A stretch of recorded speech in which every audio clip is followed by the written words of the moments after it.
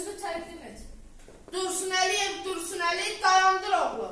Dursunəli, sənə bir sualım var. Buyur, Qəməndir. De görüm, sən anadan gəlmə beləsən, yoxsa sonradan? Buyur, Qəməndir. Anadan olduğum gün bugünkü kimi yadımdadır. Onda de görüm, anadan olanda sən necə idin? Bax, belə şikarlı. Buyur, Qəməndir. Yadımdan çıxdı. Elə beləydi. Dursunəlini tibbi müayinədən keçirdi. Başla, komandir.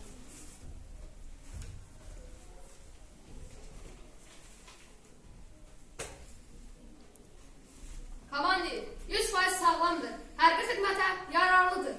Həkim, qeyd edin. Dursunəli, hazırlaş, hərbi xidmətə gedirsən. Qəməndir, məni çevir balaların başına. Məni əsgər aparma. Əlim şikəstir. Güllədən qorxuram. Ayağımda yerimir et. Dursunəli, bəs de görüm, erməniyə güllə ata bilərsən? Buyur, Qəməndir. Sən də danışırsan. Anasını da atladıram. Belə isə hazırlaş, hərbi xidmətə gedirsən. Oldu, Qəməndir.